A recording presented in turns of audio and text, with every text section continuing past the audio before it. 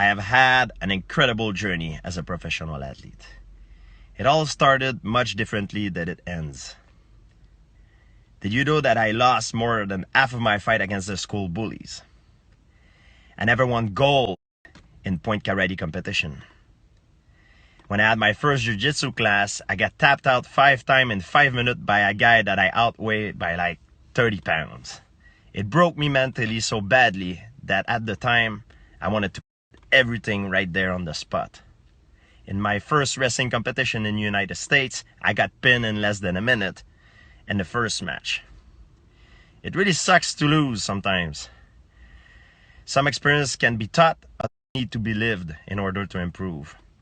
And I learned in my life, for me, that failure was my greatest teacher of all.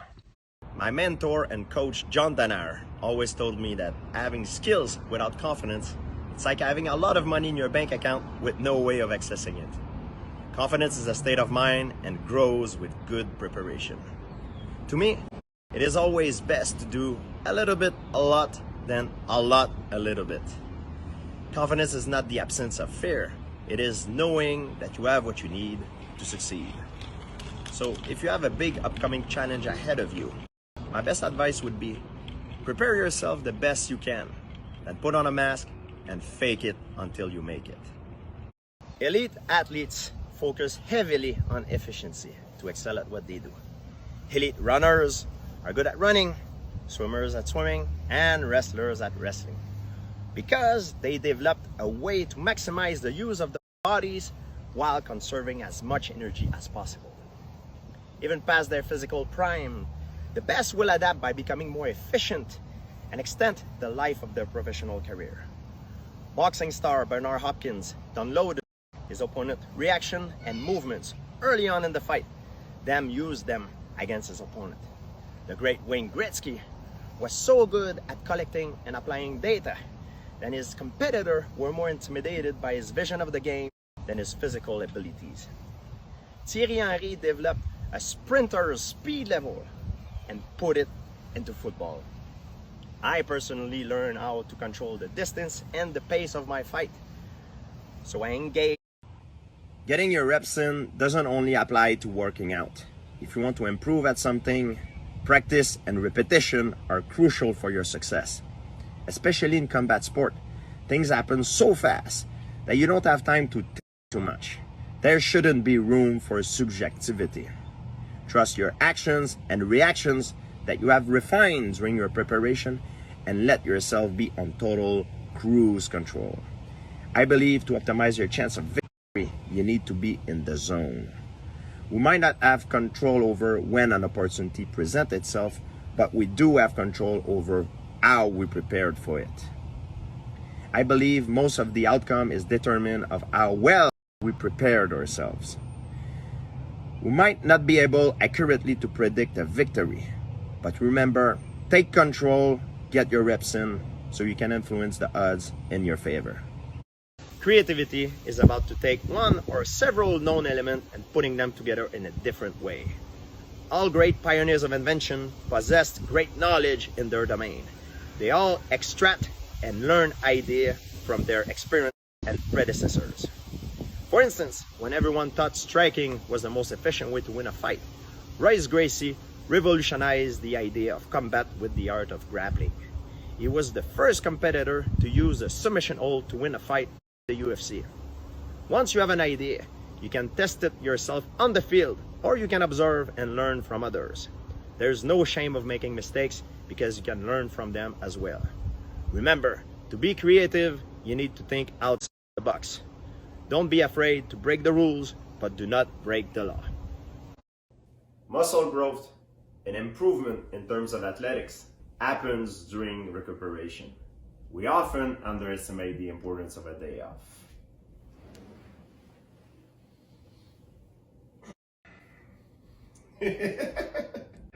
Before every fight, before every hardcore training session, I was afraid. Afraid to be humiliated, afraid to disappoint my mentor, and afraid to get hurt.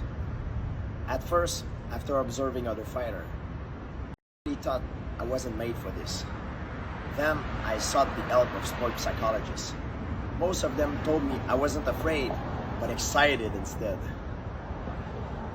I'm excited if it's minus 20 degrees in Montreal, and I know that next week I'm going on vacation at the beach, but I'm surely not excited to go fight in a cage and risk my honor and well-being. Then I realized that being afraid makes me more focused, and also probably increases my explosivity and reaction time. I believe I shouldn't be afraid to admit when I'm afraid. Being scared doesn't make you a coward. And you know what? There's no courage without fear. A lot of people ask me if I could go back in time, what would I tell a young George? I would tell him to stop worried about the outcome and everything else that you don't control. Focus on the objective and try to enjoy the process. There's three types of people in combat sport: the fighters, the athletes, and the artists.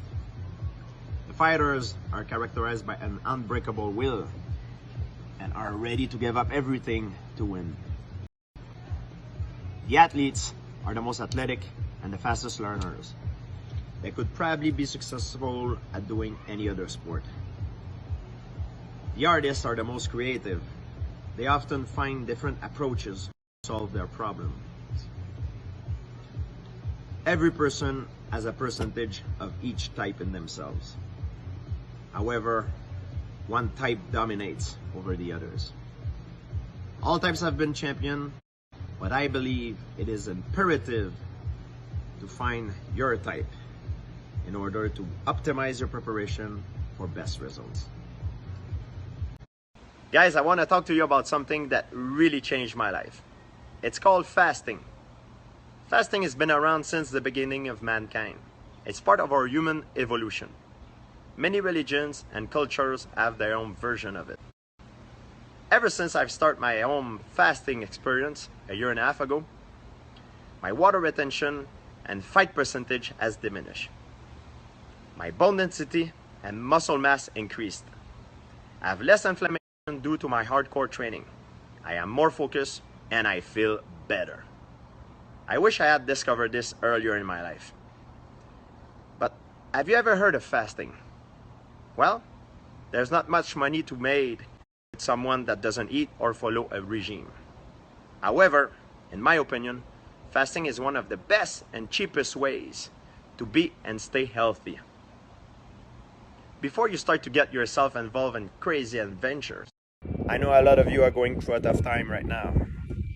The sun is setting every day, every evening, but don't forget, it rises every morning as well. Stay positive, my friend.